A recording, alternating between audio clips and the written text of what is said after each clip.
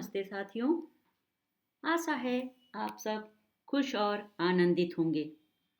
आज मैं आप लोगों के लिए जो पाठ लेकर आई हूँ उस पाठ का शीर्षक है मानवता ही विश्व सत्य।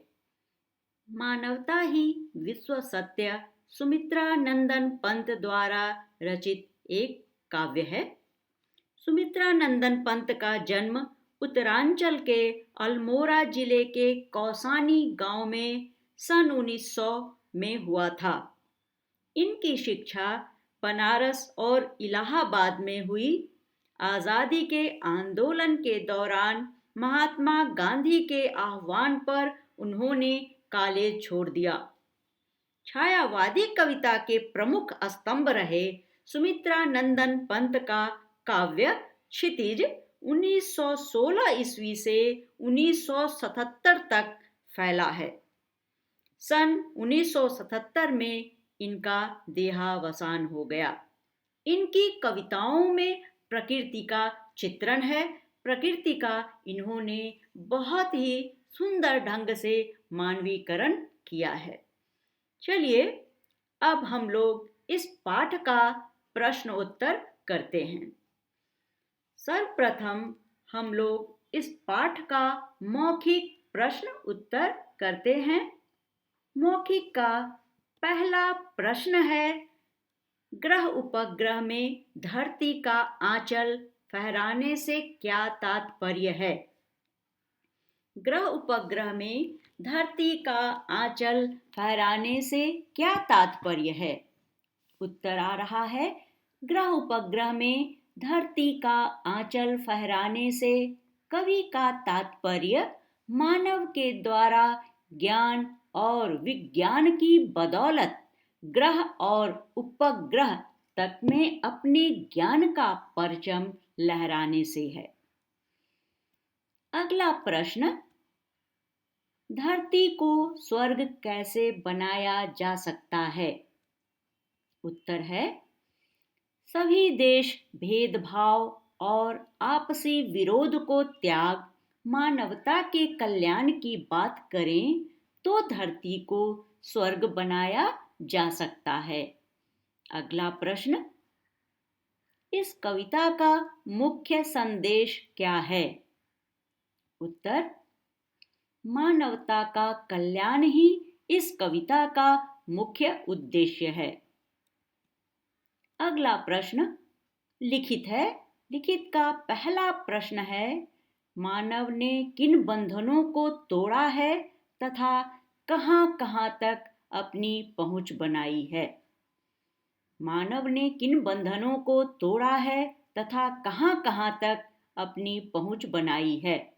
उत्तर आपके सामने आ रहा है, मानव ने ज्ञान और विज्ञान की बदौलत अनेक बंधनों को तोड़ा है।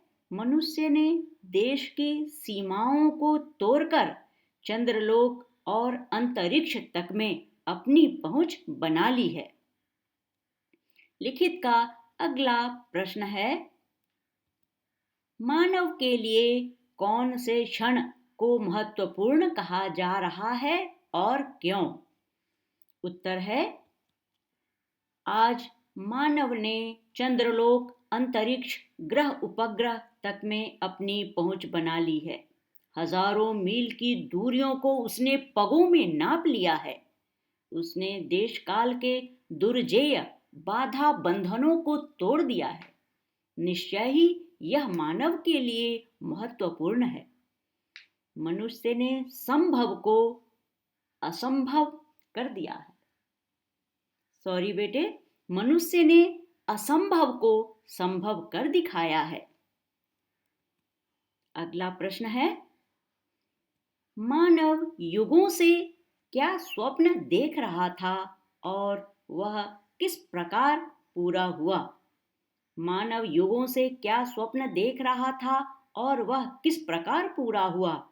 उत्तर आ रहा है, मानव वर्षों से ग्रह उपग्रह, अंतरिक्ष और चांद तक पहुंचने की बात सोच रहा था।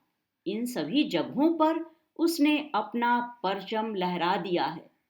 लगन और बुद्धिमत्ता के बल पर वह पौराणिक स्वप्न आज साकार हो गया है। यह एक नए चंद्र युग की शुरुआत है। अगला प्रश्न है, धरती का जीवन मंगलमय कैसे हो जाएगा?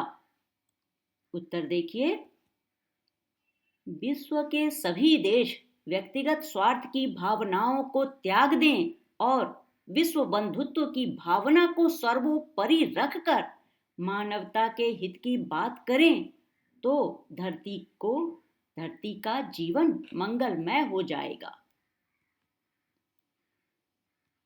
कविता से वे पंक्तियां चुनकर लिखिए जिनके अर्थ नीचे दिए गए हैं। यहाँ अर्थ लिखा है, उस अर्थ से संबंधित पंक्तियां चुनकर आपको लिखने हैं। देश और काल के अविजित बाधा बंधन टूट गए। अब कविता की वह पंक्ति लिखिए। कविता की पंक्ति है, छिन्न हुए लो देश काल के दुर्जय बाधा बंधन,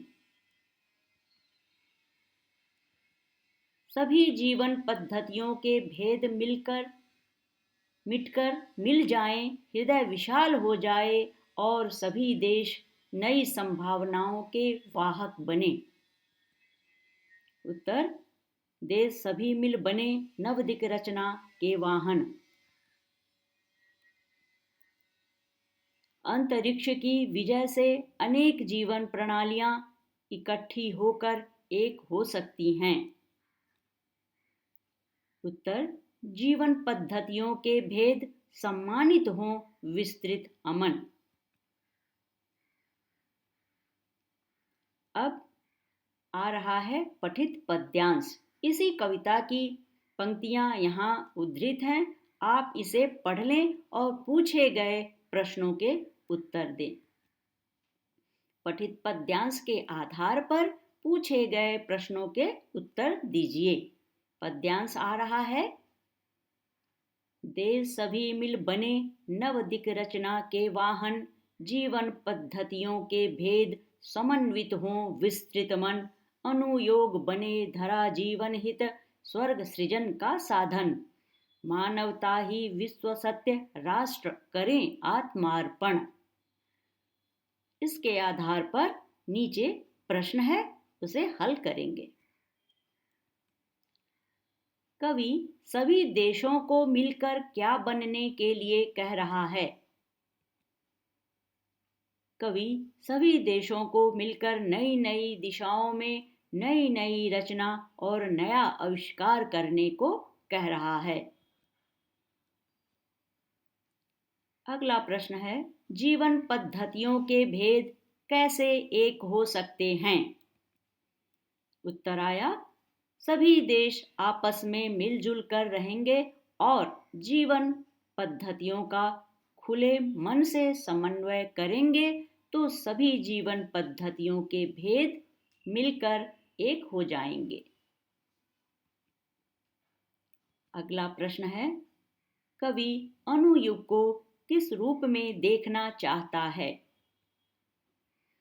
उत्तर, कवि अनुयुग यानी अस्त्र शस्त्रों के युग को धरती के हित में उपयोग होता हुआ देखना चाहता है। अगला है, मानवता को विश्व सत्य बनाने के लिए किसका अर्पण होना चाहिए? मानवता को विश्व सत्य बनाने के लिए सभी राष्ट्रों को अपना आत्मोत्सर्ग करना चाहिए।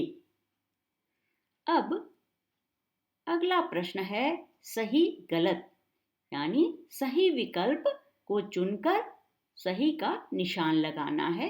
यहाँ 4 विकल्प दिए गए हैं, चारों विकल्प में से जो सही है उस पर निशान लगाना।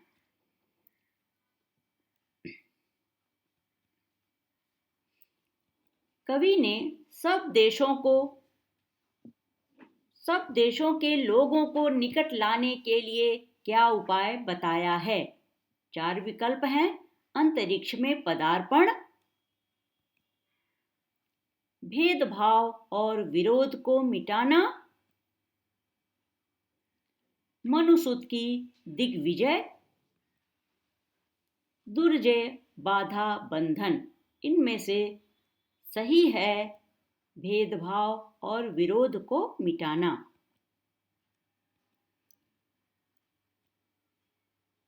कवि धरती का अंचल कहाँ फहराना चाहता है?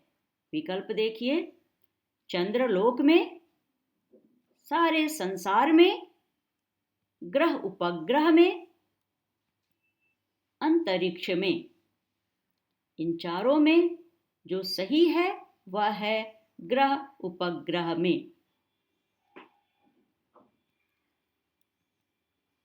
अगला है, कवि सभी देशों से मिलकर क्या करने के लिए कह रहा है? अणुयुग बनाने के लिए, स्वर्ग का सृजन करने के लिए, जीवन मंगल बरसाने के लिए, नवदिक रचना का वाहन बनने के लिए। सही विकल्प है नवदिक रचना का वाहन बनने के लिए। अब यहाँ मूल्य परक प्रश्न है। मूल्य परक प्रश्न क्या है? मानवता के मार्ग पर चलने से हमारे व्यक्तित्व में किन गुणों का समावेश होता है? मानवता के मार्ग पर चलने से हमारे व्यक्तित्व में किन गुणों का समावेश होता है? उत्तर है, मानवता के मार्ग पर चलने से हमारे व्यक्तित्व में अनेक गुणों का समावेश होता है, जैसे परोपकार और अपनत्व की भावना, भाईचारे की भावना, प्रकृति में संतुलन बनाए रखने की भावना। यहाँ इस पाठ का प्रश्न उत्तर समाप्त होता है। इस पाठ को आप लोग देखिए, पढ़िए, समझिए। इस वीडियो को आप लाइक करें, सब्सक्राइब करें। Thanks again.